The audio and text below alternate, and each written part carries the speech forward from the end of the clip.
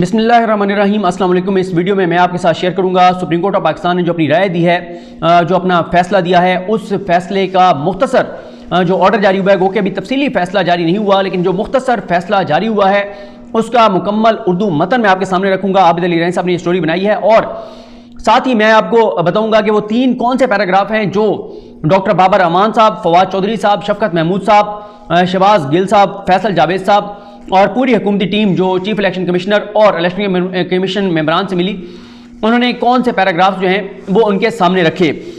ये सबसे पहले मैं वो पढ़ के बताता हूँ आपको सुप्रीम कोर्ट का फैसला, ये राय आपके। ये पहले तो सवाल क्या था सुप्रीम कोर्ट के सामने? सवाल ये था कि क्या आईन पाकिस्तान के आर्टिकल 226 के तहत खुफिया रायशुमारी की शर्त सिर्फ सदर Pakistan, speaker, deputy speaker, chairman, deputy chairman senate और सूबाई असम्बलियों के स्पीकर, डिप्टी स्पीकर के इंतखाब के लिए इस्तेमाल की जा सकती है कि सिर्फ इन इलेक्शन जो ऊपर मैंने नाम लिए हैं, इनके इलेक्शन जो हैं वो सिर्फ सीक्रेट कराए जाएं?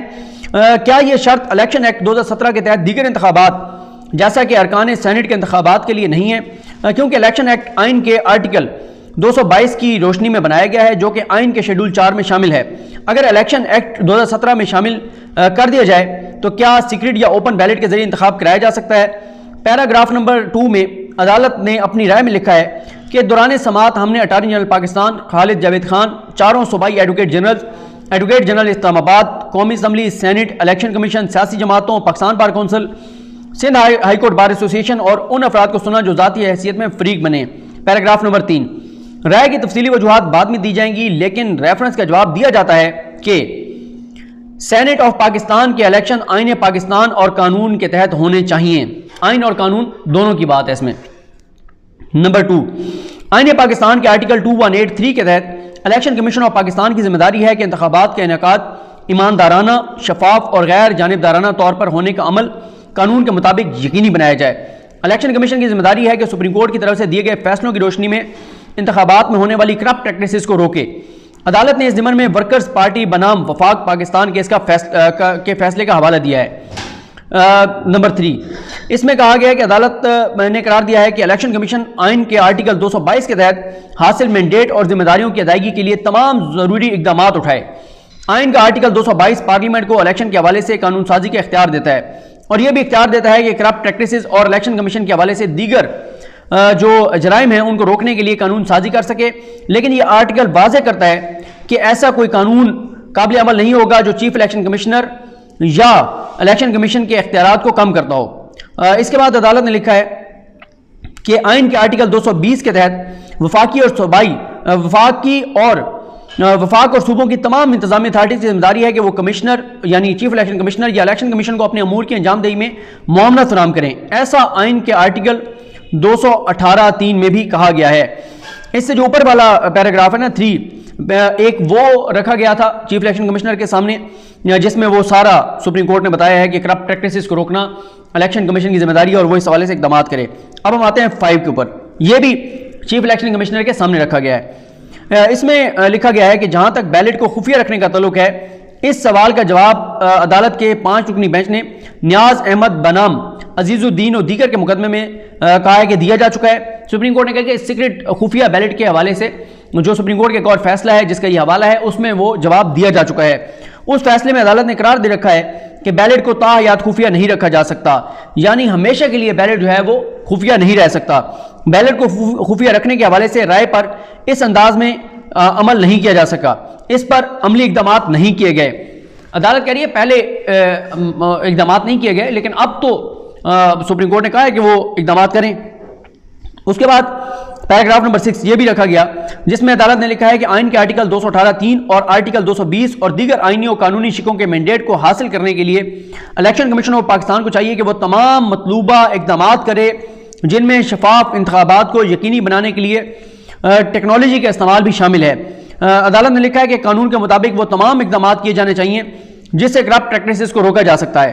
तो वो कहते हैं कि जी इस तरह से रेफरेंस का जवाब दे दिया गया है। उसके बाद जस्टिस जाहिया अफरीदी साहब ने जो इख्तिलाफी नोट लिखा है, वो कहते हैं कि वो भी अपनी वजूहात बाद में देंगे, लेकिन नहायत एहतराम के साथ राय देते हैं कि काबिल एहतराम सदर पाकिस्तान ने आइन के आर्टिकल 186 के तहत भिजवाए गए रेफरेंस के अंदर जो सवाल उठाया है वो कानून नहीं है, वो कानूनी नहीं है, इसलिए ये रेफरेंस बगैर जवाब के वापस भेजा जाता है। ये याहिया अफरीदी साहब का जवाब था। अब आपने देखा कि पैराग्राफ नंबर 3 और पैराग्राफ नंबर 5, 6 उसमें सुप्रीम कोर्ट ने यह वाज़ेह लिखा है कि करप्ट प्रैक्टिसेस को रोकना इलेक्शन कमीशन ऑफ पाकिस्तान की जिम्मेदारी है और वो इस हवाले से इकदाम करे, जो कि अभी तक जब ये मैं वीडियो रिकॉर्ड कर रहा हूँ इलेक्शन कमीशन ऑफ पाकिस्तान का मेरे सामने कोई प्रेस रिलीज या फैसला नहीं आया। गो के पिछले तकरीबन 9:30 10 बजे से ही इलेक्शन कमीशन ऑफ पाकिस्तान का इजलास बताया गया है कि वो चल रहा है, यानी तकरीबन कोई अब जब मैं ये वीडियो रिकॉर्ड कर रहा हूँ तो 7:15 है, कोई 9 घंटे जो है वो हो गए, लेकिन इलेक्शन कमीशन ऑफ पाकिस्तान अभी तक किसी नतीजे पे नहीं पहुंच सका। शायद जब ये मैं रिकॉर्ड करके ख़त्म करूँ वीडियो तो तब तक कोई आ गया हो, तो अगली वीडियो में मैं आपको आगाह कर दूंगा। इसमें मैं आपको एक और चीज़ बता दूं कि ये आर्टिकल 186 के तहत सदर पाकिस्तान की जानब से रेफरेंस भेजा गया था और ये 8 सफ़ात पर मुश्तमिल राय है या फैसला है जो दिया गया है और 4 जजेस ने यानी ये राय दी है। चीफ जस्टिस पाकिस्तान जस्टिस गुलजार अहमद साहब ने, जस्टिस मुशीर आलम साहब, जस्टिस उमर बंदियाल साहब और जस्टिस इजाजुल एहसन साहब, जबकि याहिया अफरीदी साहब ने राय नहीं दी बल्कि उन्होंने वापस भेजा है सदर को और कहा है कि इसमें कोई कानूनी नुक्ता नहीं था। उसके बाद ये भी आपको बता दूं कि ये सदारती रेफरेंस 23 दिसंबर 2020 को सुप्रीम कोर्ट में दायर किया गया था। 4 जनवरी को 5 रुकनी बेंच ने पहली समाअत की और 19वीं समाअत पर 25 फरवरी को राय महफूज की थी, जो 4 रोज़ बाद यानी 1 मार्च को जारी की गई है।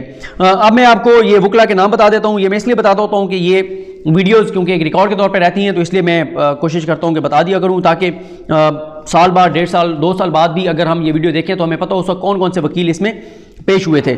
इसमें अटार्नी जनरल पाकिस्तान खालिद जवेद खान साहब, additional attorney general Pakistan Sohail Mahmood साहब, deputy attorney general Ayaz Shaukat, जबकि कौमी असम्बली की जानिब से Abdul Latif Yousafzai advocate, additional secretary कानून साजी मोहम्मद मुश्ताक, सेनेट की तरफ से senator Mohammad Ali Khan Saif, deputy director Mohammad Javed Iqbal, election commission की जानिब से chief election commissioner Sikandar Sultan Raja, member election commission Punjab justice retired Mohammad Altaf Ibrahim Qureshi, member election commission KPK justice retired Arshad Kaiser, member election commission Balochistan Shah Mahmood Jatoi और member election commission Sindh Nisar Ahmed Durrani अपने वकील शर्जील शहरियार सवाती और सनौला जाहिद और दीगर अफसरान के हमरा पेश हुए।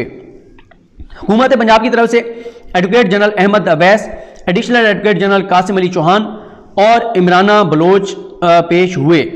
हुकूमत सिंध की तरफ से एडवोकेट जनरल सलमान तालिबुद्दीन और additional advocate general Sindh Sibtain Mahmood पेश हुए। KPK की जानिब से advocate general Shumail Ahmed Butt, additional advocate general Atif Ali Khan, Balochistan की तरफ से एडवोकेट जनरल अरबाब मोहम्मद ताहिर, इस्लामाबाद की तरफ से एडवोकेट जनरल न्याजुल्लाह खान न्याजी, जमीयत उलमा इस्लाम की जानिब से एडवोकेट कामरान मुर्तज़ा और advocate Jahangir Jadoon, Sindh high court bar की जानिब से एडवोकेट सलाहुद्दीन अहमद, एडवोकेट उमर सोमरो और एडवोकेट सैयद रफाकत हुसैन पेश हुए। जबकि पीपल्स पार्टी की जानिब से मियां रज़ा रबानी, जमात इस्लामी की जानिब से इश्तियाक अहमद राजा, मुस्लिम लीग नून की तरफ से barrister Zafarullah, Pakistan bar council की तरफ से Mansoor Usman Awan, people's party parliamentarian की तरफ से फारूक नाइक पेश हुए। तो अदालत ने उसके बाद जो लिखा है वो मैं आपको इससे पहले आगाह कर चुका हूँ। ये उस मुकम्मल फैसले की तफसीलात और मतन था जो मैंने आपके साथ शेयर किया है।